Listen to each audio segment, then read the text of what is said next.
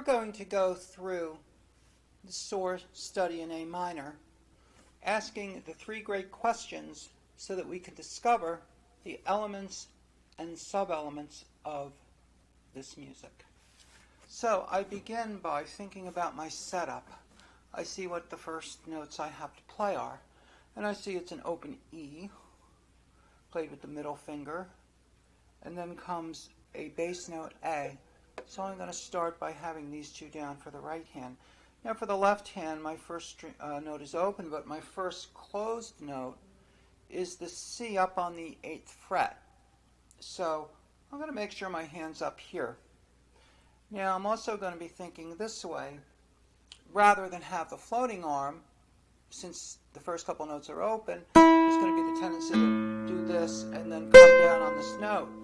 But it's actually going to be a little better for my relaxation and control if I take my three fingers that are not being used and lightly touch them to a string that isn't being used. Then I have this guide here. So that's my setup for this piece. I place these fingers here, this finger's ready to go. I can't place the fourth finger on the string because it's open and then closed, otherwise I would. So I'll just keep it close and I have these fingers on. Now, when I play that first note, and I think of what that finger's going to do next, it's going to play back on the same string, so I'll probably just let it come back out here, the middle finger, in other words, as the index finger takes its place on the string for the C. Now when I play that bass note, I'm immediately going to think of what my thumb does next. I'm going to ask that question, what does this finger do next? It's going to play the 6th string, so that means as soon as it plays this one, it doesn't just hang out here while these fingers play. It goes right there, and it will lightly touch the 6th string, giving me further security as I play the C and the B. Now, of course, I'm careful to keep that fourth finger relaxed as it comes off so it stays close to the first string. And while I am playing the B note, I put my first finger on the string because that comes next. So it's already going to be down there. I'll probably do this. As I go to play the C, I'll bring these fingers 3 and 1, really all my fingers, over onto the first string like this. And now all I have to do is move down. And now I'm thinking, okay, I just used a thumb on the 6th string. What's it do next? It plays on the 4th string, so I'm going to put it there. So when I play that measure, that thumb is on the 4th string. Now obviously here I'm going to leave fingers down. And now I have an open, and I've got to move down. As I move down, I'm going to, what can I say, well, what can I do to get security here? I'm going to let my fingers graze down on that string. The right hand, that index finger has just played that open string and it's resting against the 2nd string, and that's what it's going to play next. So I'm just going to leave it there as I come down like this. And now as I play the F, and then the thumb after playing the D goes right to the C because that's what it does next. I'll keep my, I'm going to play the I now. Now when the I plays now, I see that the next thing it does is play the 3rd string, so I'll use a finger leave here, leaving the finger touching the 3rd string after it plays. I will hold the F with the 1 until I get my 3rd finger down. Now the thumb's going to play the same string so it stays near that string. That A note, I'm going to get that with the 1st finger because I figured out that that's the best way to do that, as I now can just slide into this chord. The thumb immediately goes to the 6th string. So it's not playing this, then placing the thumb. It's placing the thumb right away. And I noticed that the D on the fourth string played with the fourth finger, which is not doing anything right now, so that can be touching. Even as I play this chord, I can touch with my fourth finger ahead of time. Anything I can do ahead of time is a big help. Thumb plays, goes immediately to the fifth string. I'm ready for this. And now I will hold the 4 as I go into this chord.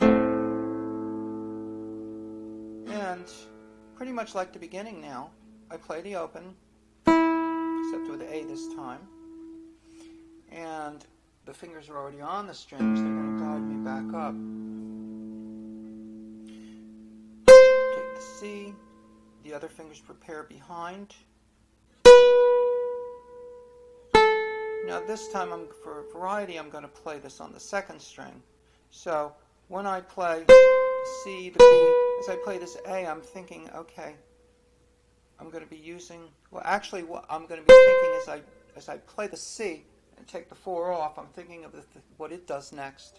And it plays that G, so it's going to stay very close there. I will touch it to the string when I'm doing slow practice to make sure that when I go fast, it stays nice and close. And now I have, of course my thumb went right to the fourth string. I find it easier to use 1 here rather than 2. Either one will work. And now I'll keep that on the string as I come down. I will also, in that measure, as I use the M finger, the middle finger, and then I go with the index, my middle is going to go out to touch the first string in the same motion. And I come down. As I come down, I see my third finger needs to play that D, so as I come down, it's going to be touching that D. And the 1 goes down. While the 3 is playing, the 1 goes down. And here, I'm looking to see that I have an E coming up in the bass. My thumb is there, but my second finger, while I'm playing these notes, I'm going to be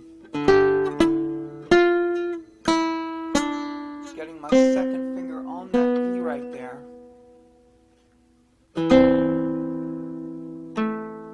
And so I'm going to hold the second finger because I can see that I have that same note in the next measure.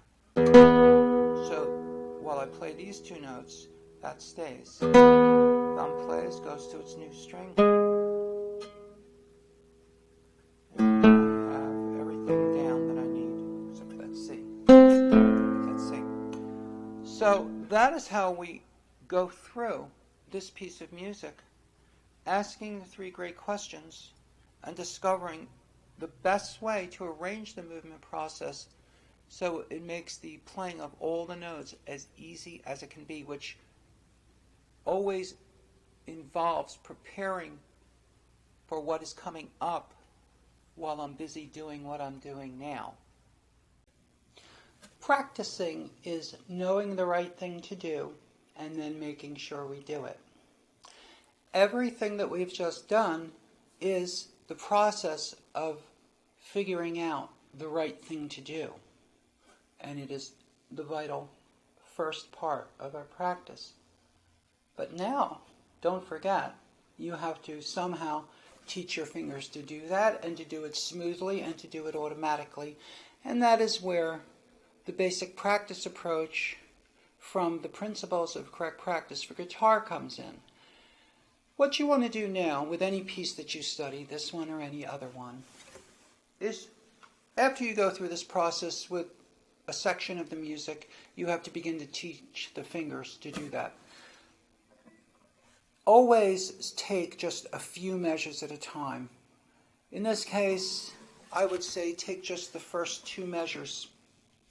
Practice them first. Using the basic practice approach, we do our no-tempo practice first, So that means I set up and I play each note with full awareness. I make sure I'm using the right fingers. I make sure I'm playing the right notes. I make sure I know what those notes are. If I've decided my fingers need contact here, I make sure they have it. I watch everything. This is me making sure my fingers do the right thing. Except I didn't make sure to tune my guitar first. I'll leave that up to you. Okay, anyway.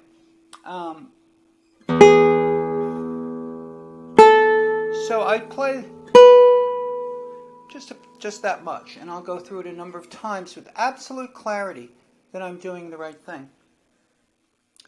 Then I go to step 3 of the basic practice approach, and I play each note 4 clicks. 1, 2. Now even here, in between the clicks, I'm thinking ahead, I'm watching what I'm doing, and I'm thinking of what I'm going to do next. And I'm always rotating my attention around my body and relaxing. Then I move it to 80 at 4.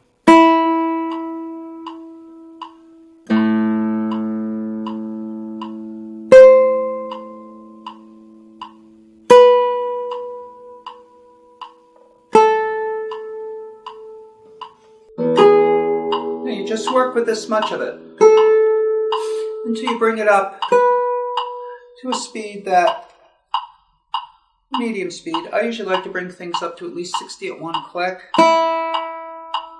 So of course in the basic practice approach we're ignoring the rhythm.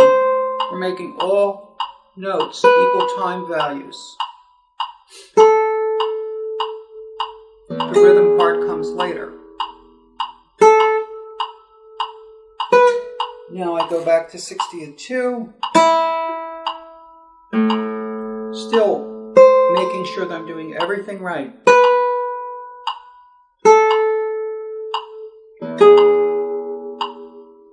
I'll do that at 80, I'll do that at 100, and then I will find it rather easy to come back to 60 at 1.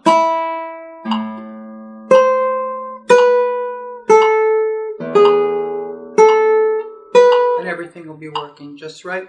Repeat that for every 2 measures, then put them together. When you first put them together, go back down in your speed, put them together at slower speeds, bring them back up. And that is how we do the second part of practice, making sure our fingers do the right thing after we figured out what the right thing is.